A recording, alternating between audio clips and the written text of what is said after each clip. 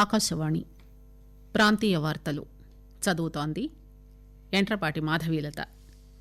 గత రాత్రి పుదుచ్చేరి వద్ద తీరం దాటిన నివర్ తుపాను ప్రభావం తెలంగాణ రాష్టంపై కూడా ఉంటుందని వాతావరణ శాఖ హెచ్చరించింది. కాగా తుపాను పట్ల అప్రమత్తంగా ఉండాలని తెలంగాణ రాష్ట ప్రభుత్వం రైతులకు సూచించింది. తెలంగాణ రాష్టంలో 862 మందికి కొత్తగా కోవిడ్ సోకింది. గడిచిన 24 గంటల్లో 41,000కు పైగా పరీక్షలు చేయగా 862 మందికి కరోనా వైరస్ పాజిటివ్ నిర్ధారణ కావడంతో రాష్టంలో ఇంతవరకు కోవిడ్ సోకిన వారి సంఖ్య 2,66,904కు చేరింది. కేంద్ర ప్రభుత్వ కార్మిక ఆర్థిక విధానాలకు వ్యతిరేకంగా అఖిలపక్ష కార్మిక సంఘాలు ఇచ్చిన పిలుపు మేరకు దేశవ్యాప్తంగా సమ్మె ఈరోజు ప్రారంభమైంది. కామారెడ్డి జిల్లా బాన్సువాడ నియోజకవర్గ ప్రజల ఆహ్లాదం కోసం పట్టణంలోని కల్కి చెరువును అన్ని విధాలా అభివృద్ది చేస్తున్నామని రాష్ట శాసనసభాపతి పోచారం శ్రీనివాసరెడ్డి తెలిపారు. కోవిడ్ మహమ్మారిపై దేశం పోరాడుతున్న తరుణంలో ముందు జాగ్రత్తలు పాటిద్దాం. కోవిడ్ నుంచి సురక్షితంగా ఉండడానికి 3 సూత్రాలు. మాస్క్ ధరిద్దాం, 2 గజాల భౌతిక దూరం పాటిద్దాం, ముఖం చేతుల శుభ్రతపై దృష్టి పెడదాం. ఇప్పుడు వార్తల వివరాలు. గత రాత్రి పుదుచ్చేరి వద్ద తీరం దాటిన నివర్ తుపాను ప్రభావం తెలంగాణ రాష్టంపై కూడా ఉంటుందని వాతావరణ శాఖ హెచ్చరించింది. కాగా తుపాను పట్ల అప్రమత్తంగా ఉండాలని తెలంగాణ రాష్ట ప్రభుత్వం రైతులకు సూచించింది. ముఖ్యంగా దక్షిణ తెలంగాణ జిల్లాలపై తుపాను ప్రభావం చూపే అవకాశం ఉందని రైతులు 2 రోజుల పాటు పత్తి, ధాన్యం కొనుగోలు కేంద్రాలకు తీసుకురావద్దని వ్యవసాయ మంత్రి సింగిరెడ్డి నిరంజన్ రెడ్డి చెప్పారు. కొనుగోలు కేంద్రాల వద్ద ఇప్పటికే ఉన్న ధాన్యం, పత్తి వీలైనంత త్వరగా కొనుగోలు చేయించాలని అధికారులను ఆదేశించారు. ధాన్యం, పత్తి తడవకుండా టార్పాలిన్లు, ఇతర ప్రత్యామ్నాయ ఏర్పాట్లు చేసుకుని కప్పి ఉంచాలని, పరిస్థితులను ఎదుర్కోవడానికి అధికారులు అప్రమత్తంగా ఉండాలని ఒక ప్రకటనలో పేర్కొన్నారు. ఉద్యోగులు కొనుగోలు కేంద్రాలను వదిలి వెళ్లవద్దని, జిల్లా రీజనల్ అధికారులు ఎప్పటికప్పుడు పరిస్థితిని సమీక్షించుకోవాలని చెప్పారు. కొనుగోలు కేంద్రాల వద్ద కరెంటు సరఫరాలో అంతరాయం కలగకుండా, ప్రమాదాలు జరగకుండా జాగ్రత్తలు తీసుకోవాలని సూచించారు. హైదరాబాద్ నగరంతో సహా తెలంగాణ రాష్టంలో ఈరోజు, రేపు ఒక మోస్తారు నుంచి భారీ వర్షాలు కురిసే అవకాశం ఉందని భారత వాతావరణ శాఖ తెలిపింది. మరోవంక నివర్ తుపాను పుదుచ్చేరికి సమీపంలో తీరం దాటింది. దీని ప్రభావంతో తమిళనాడు, ఆంధ్రప్రదేశ్లోని కొన్ని జిల్లాల్లో భారీ వర్షాలు కురుస్తున్నాయి. అలాగే నివర్ ప్రభావంతో తెలంగాణలోనూ వర్షాలు కురుస్తాయని వాతావరణ శాఖ అధికారులు వెల్లడించారు. హైదరాబాద్ వాతావరణ కేంద్రం తెలంగాణలోని పలు జిల్లాలకు ఆరెంజ్ అలర్ట్ను ప్రకటించింది. ముఖ్యంగా హైదరాబాద్, రంగారెడ్డి, మేడ్చల్, మల్కాజ్గిరి జిల్లాల్లో, అదేవిధంగా ఉమ్మడి మహబూబ్ నగర్ జిల్లాలో రానున్న 48 గంటల్లో ఒక మోస్తరు నుంచి భారీ వర్షాలు, ఉరుములతో కూడిన జల్లులు కురుస్తాయని వాతావరణ శాఖ పేర్కొంది. హైదరాబాద్ నగరంలో పలు ప్రాంతాల్లో గత రాత్రి కొద్దిపాటి వర్షం కురిసింది. నివర్ తుపాను ప్రభావానికి తిరుమలలో ఏకధాటిగా వర్షం కురుస్తోంది. ఈ ఉదయం మొదలైన వర్షం నిరంతరాయంగా కురుస్తూనే ఉంది. ఈదురుగాలులు వీయడంతో పలుచోట్ల చెట్లు నేలకొరిగాయి. తిరుమలకు వస్తున్న ప్రయాణికులు తీవ్ర ఇబ్బందులు పడుతున్నారు. అప్రమత్తమైన అధికారులు దారికి అడ్డంగా పడి ఉన్న చెట్లను తొలగించి స్తంభించిన ట్రాఫిక్ ను పునరుద్దరించారు. తుపాను కారణంగా తిరుపతికి పలు విమాన సర్వీసులు ఆలస్యంగా నడుస్తున్నాయి. ఈ మేరకు ప్రయాణికులకు విమానయాన సంస్థలు సందేశాలు పంపించాయి. తెలంగాణ రాష్టంలో 862 మందికి కొత్తగా కోవిడ్ సోకింది. గడిచిన 24 గంటల్లో 41,000కు పైగా పరీక్షలు నిర్వహించగా 862 మందికి కరోనా వైరస్ పాజిటివ్ నిర్ధారణ కావడంతో రాష్టంలో ఇంతవరకు కోవిడ్ సోకిన వారి సంఖ్య 2,66,904కు చేరింది. రాష్ట వైద్య ఆరోగ్య శాఖ ఈ ఉదయం విడుదల చేసిన తాజా బులెటిన్ ప్రకారం కోవిడ్ నుంచి నిన్న మరో 961 మంది కోలుకున్నారు. దీంతో రాష్టంలో కోవిడ్ రికవరీల రేటు 95.41% మెరుగుపడింది.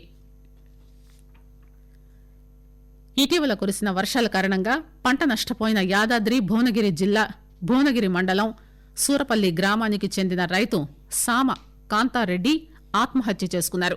కొద్ది రోజుల క్రితం తమ దైన్య స్థితిని వీడియో ద్వారా ముఖ్యమంత్రి అధికారుల దృష్టికి తీసుకువెళ్లినప్పటికీ ఫలితం లేకపోవడంతో నిన్న సాయంత్రం పురుగుల మందు తాగి ఆత్మహత్య చేసుకుని మృతి చెందాడు.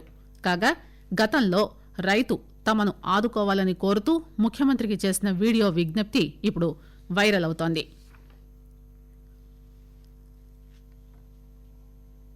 చారిత్రాత్మక ప్రాధాన్యతతో పాటు పర్యాటక ప్రాధాన్యతను సంతరించుకుంటున్న భువనగిరి ఖిల్లా దేశ విదేశీ పర్యాటకులను ఎంతగానో ఆకర్షిస్తోంది.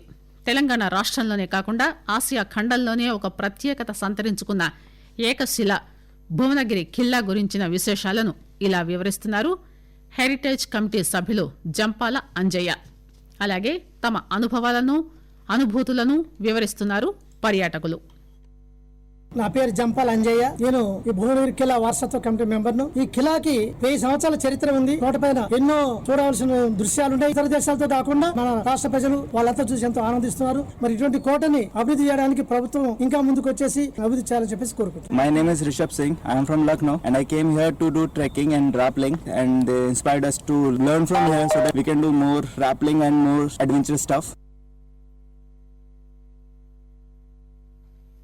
కేంద్ర ప్రభుత్వ కార్మిక ఆర్థిక విధానాలకు వ్యతిరేకంగా అఖిలపక్ష కార్మిక సంఘాలిచ్చిన పిలుపు మేరకు దేశవ్యాప్తంగా సమ్మె ఈరోజు ప్రారంభమైంది. తెలంగాణ రాష్టంలో ముఖ్యంగా హైదరాబాద్ నగరంలో సమ్మె ప్రభావం అంతగా కనిపించలేదు. అయితే ఉమ్మడి ఖమ్మం జిల్లా వ్యాప్తంగా మాత్రం అఖిలపక్ష నాయకుల ఆధ్వర్యంలో బంద్ జరిగింది. తెల్లవారుజాము నుంచే ఉమ్మడి జిల్లాలోని 6 ఆర్టీసీ డిపోల వద్ద బస్సులను బయటకు రానియకుండా కార్మికులు అడ్డుకున్నారు. అదేవిధంగా కరీంనగర్ జిల్లాలోని పలు కార్మిక సంఘాలు నిరసన ప్రదర్శన చేపట్టాయి. జిల్లా సిఐటియు ఆధ్వర్యంలో కరీంనగర్ తెలంగాణ చౌక్ నుంచి కలెక్టరేట్ వరకు భారీగా ర్యాలీ నిర్వహించాయి. ఉమ్మడి నల్గొండ జిల్లా వ్యాప్తంగా కూడా వివిధ కార్మిక సంఘాలు సమ్మెను చేపట్టాయి. అన్ని ప్రధాన రాజకీయ పార్టీల ఆధ్వర్యంలో కార్మిక సంఘాలు ర్యాలీలు నిర్వహించాయి. ఆదిలాబాద్ జిల్లాలో ప్రస్తుతం కరోనా మహమ్మారి తగ్గుముఖం పట్టిన శీతాకాలంలో విజృంభించిన అవకాశం ఉన్నందున ప్రజలు కోవిడ్ నిబంధనలు పాటించాలని, ముఖ్యంగా మాస్క్ ధరించి భౌతిక దూరం పాటిస్తూ చేతులు శానిటైజ్ చేసుకోవాలని జిల్లా వైద్య ఆరోగ్య శాఖ అధికారి డాక్టర్ నరేందర్ రాథోడ్ ఆదిలాబాద్ ఆకాశవాణి ప్రతినిధికి తెలియజేశారు. ఆదిలాబాద్ జిల్లాలో కరోనా కేసెస్ తక్కువగా రికార్డ్ అవుతుంది, కానీ ఇది చలికాలంలో దృష్ట్యా 2-3 మంత్స్ వరకు విజృంభించే అవకాశం ఉంది. కాబట్టి ప్రజలు అందరూ తప్పకుండా మాస్క్ వేసుకుని ఉండాలా, అలాగే భౌతిక దూరం పాటించాలా, తరచుగా చేతులు శుభ్రం చేసుకుంటూ ఉండాలని మేము ప్రజలను సూచిస్తున్నాము. జీహెచ్ఎంసీ ఎన్నికల సందర్భంగా ఆకాశవాణి హైదరాబాద్ కేంద్రం ప్రాంతీయ వార్తా విభాగం ఎన్నికల ప్రత్యేక కార్యక్రమాల సిరీస్ ను సమర్పిస్తోంది. ఈ కార్యక్రమాన్ని ఆకాశవాణి హైదరాబాద్ కేంద్రంపై ఈ రోజు నుంచి 3 రోజుల పాటు ప్రతిరోజు మధ్యాహ్నం 2:30 నుంచి వినవచ్చు. టీఆర్ఎస్ నేత తెలంగాణ శాసనమండలి మాజీ చైర్మన్ స్వామిగౌడ్ బీజేపీలో చేరారు. నిన్న ఢిల్లీలో బీజేపీ పార్టీ జాతీయ అధ్యక్షులు జేపీ నడ్డా బీజేపీ కండువాను స్వామిగౌడ్కు కప్పి పార్టీలోకి ఆహ్వానించారు. ఈ సందర్భంగా విలేకరులతో స్వామిగౌడ్ మాట్లాడారు. బీజేపీలో చేరడం అంటే తిరిగి తన తల్లిగారింటికి వచ్చినట్టు భావిస్తున్నానని తెలిపారు. ఆత్మాభిమానం కోసం తెలంగాణ ఉద్యమం చేశామని, ఇప్పుడు మళ్లీ అదే పరిస్థితి పునరావృతం కావడం దురదృష్టకరమని అన్నారు. న్యూస్ అప్డేట్స్ కోసం హైదరాబాద్ ట్విట్టర్ హ్యాండిల్ @AARnews_HVDని ఫాలో అవ్వండి. AR news Hyderabad YouTube channel కి సబ్స్క్రైబ్ చేయండి. కామారెడ్డి జిల్లా బాన్స్వాడ నియోజకవర్గం ప్రజల ఆహ్లాదం కోసం పట్టణంలోని కల్కి చెరువును అన్ని విధాలా అభివృద్ది చేస్తున్నామని రాష్ట శాసనసభాపతి పోచారం శ్రీనివాసరెడ్డి అన్నారు. ఈ రోజు ఆయన రాష్ట పర్యాటక శాఖ ఏర్పాటు చేసిన బోటును లాంఛనంగా ప్రారంభించారు. ఈ సందర్భంగా కల్కి చెరువు పరిసర ప్రాంతాలను పర్యాటక కేంద్రంగా అభివృద్ది చేస్తామని చెప్పారు. ఆకాశవాణి ప్రాంతీయ వార్తలు ఇంతటితో సమాప్తం.